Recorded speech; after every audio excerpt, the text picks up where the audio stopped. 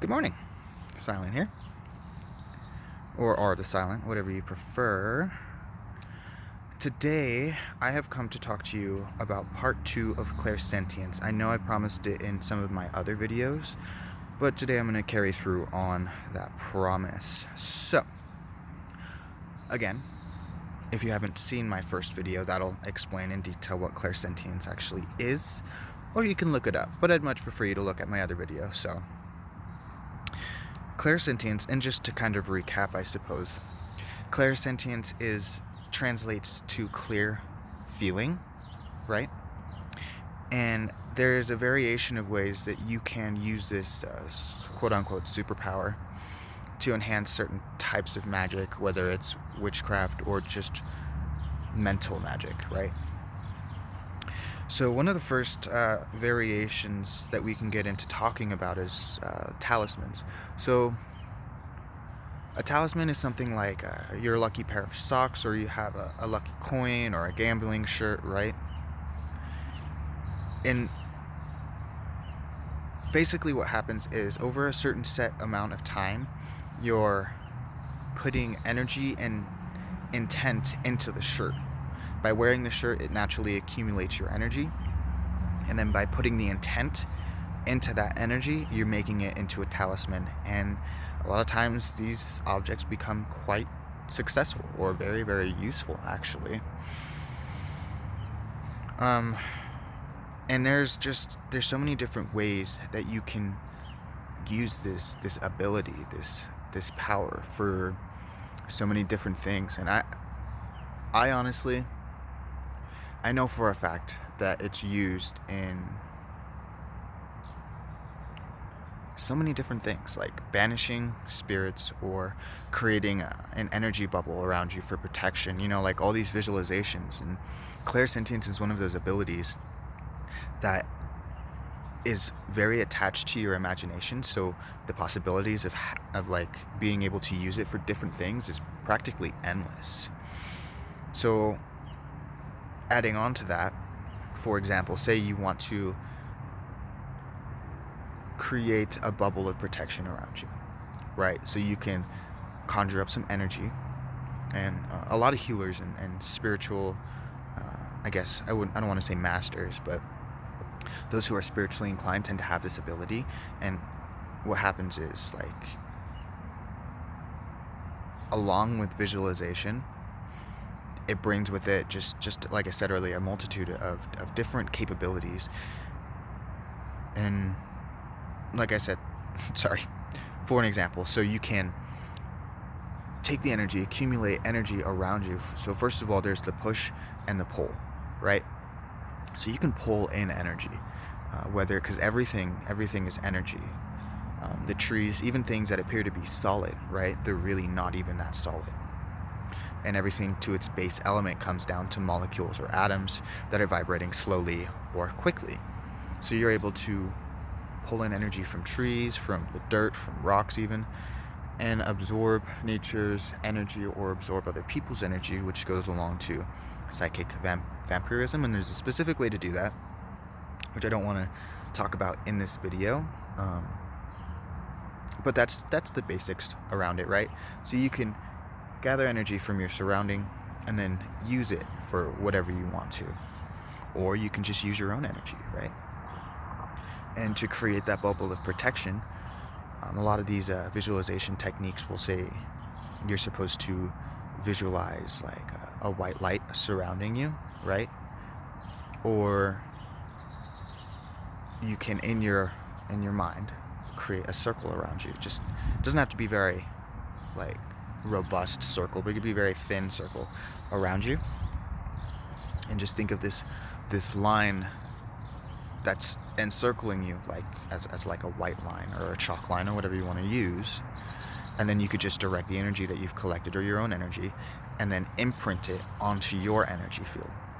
And that's one of the ways that you can do protection. Now, it's not the most effective unless you either know exactly what you're doing, or you can accumulate energy to make it strong enough to be unbroken by spirits, by other entities that are trying to siphon off your energy, right? So Sorry, there's a dog that always gets loose, and I have to look over my shoulder real quick. So one of the ways that you can use, another way that you can use the energy, right, besides the talisman or your visual imagination, I suppose, is plugging the holes in your aura or your energy field. So a lot of people, when they're really stressed out, when they're using substances or a lot of other things that just kind of like stress us out or make us feel worn down and tired or older, I suppose is a way of putting it. What that does is it puts holes in our aura. And just like with mantras and chanting, stuff like that can fill the holes in your energy, or you can also do it yourself, right? And I know that I've talked about in the first video that with the pushing energy and pulling energy, you can elicit certain responses if you're really, or at least somewhat decent with this capability or power. You can, or if you know the person well enough and you guys are close, you're already connected, you can pull out certain colors that relate to certain emotions, which relate to certain chakras, and you're able to elicit a response from people. Like whether you can make people angry, you can make them feel jealous or sadness, unless they're not prone to these kind of emotions. Like it varies from case to case, but I know in my experience that I've been able to pull anger and sadness out of other people just by taking the energy, by thinking about anger specifically or a red tether to them and pulling out energy. And that's something that tends to work for this capability as well. And you can broaden your mindset about what things or other possibilities you could have with this specific gift. And some people choose to use Reiki and energy work, light workers, like those kinds of things and gifts.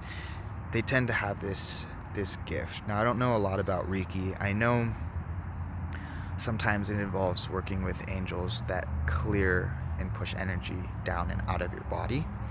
And the person channeling the energy from the higher vibrations will push that energy down and out of you. So they're like a conduit, or they're like a conduit that contains, or doesn't contain, but the energy is pushed through, right? And that's not the first time in history that people have been known to be a conduit of energy. Back in ancient Egyptian times, there used to be people with this specific power and gift that would be in like a pyramid, and they would send energy through the pyramid, and it would go through this person, and because of the frequency of the energies that were being transferred from the pyramid through to this person, it would actually age them like prematurely, and they would typically live very short lives. So I think he talks about vampirism, talismans, and energy clearing of spirits. So this technique can also be, just very briefly, can also be used for a type of abundance. Now, a lot of people in today's society don't really feel that feelings have a lot of use. But this specific power that most people have actually kind of proves that very specifically wrong.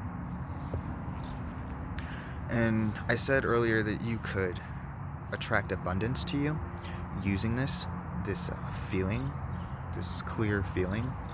And what I mean by that is, if you can change your frequency to the frequency, or energy, right? Or emotions is energy in motion, right? If you could change your frequency to that of abundance, and also work on the subconscious mental blocks that people have in their mind about, or fears they have about poverty and being able to accept abundance into your life. If you don't have those specific things, and you change your vibration to that of abundance or to the frequency of money, right? And we clear those blockages, you could bring in a lot of money just by changing your frequency. So that's another thing, right? By changing and adjusting our frequency, we can change what we pull to us. And depending upon our subconscious mind and the things that we've experienced in our lives, sometimes we have blockages in our heads preventing us from finding love, finding money, because sometimes we don't feel like we deserve those things, right? And we get stuck in a cycle or a pattern that reduces our ability to pull these certain kinds of things into our lives. And that's just how a lot of people live, right? People become afraid of living in poverty, and they end up living in poverty. It's just one of those things, I suppose.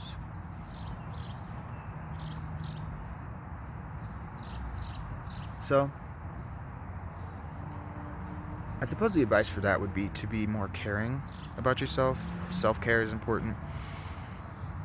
Maybe working on some of your self-talk, as I've said in other videos, isn't going to fix the problem. But there are, if you're interested in certain types of magic that can clear those blockages. And it's not like immediate, it's like unraveling a rug. And once you push it, it starts going, and then you start to reframe your mindset about certain things. So that's another thing to be on the lookout for. But energetically speaking, emotionally, clairsentience is a very important skill, I suppose, or power that you could have in comparison to clairvoyance or clairaudience or claircognizance, right? So the power is very valid in its own right, and it can bring you abundance if you know how frequencies work, if you know how molecules and atoms and a lot of magic actually comes back to science, believe it or not. Metaphysics, things of that nature. The more you understand about physics, the easier magic will be for you. And that's just coming from a lot of stuff that I've read, a lot of other magicians who have stated that fact and have been very successful in life, because everything comes down, like Tesla said, everything comes down to vibration, frequency, and what is it? One other thing. I can't think of it right now, but vibration, frequency, and one other thing. And once you're able to manipulate all of those things using your mind or your emotions, life can change for you. Yeah. Feelings are valid, man.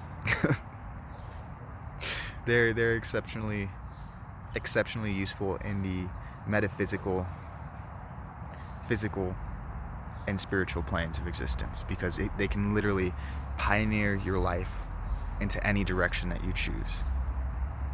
So it becomes important to take care of them and yourself if you want to live a successful life. So that's all I got for you. If you like this video, then like, subscribe. It would do me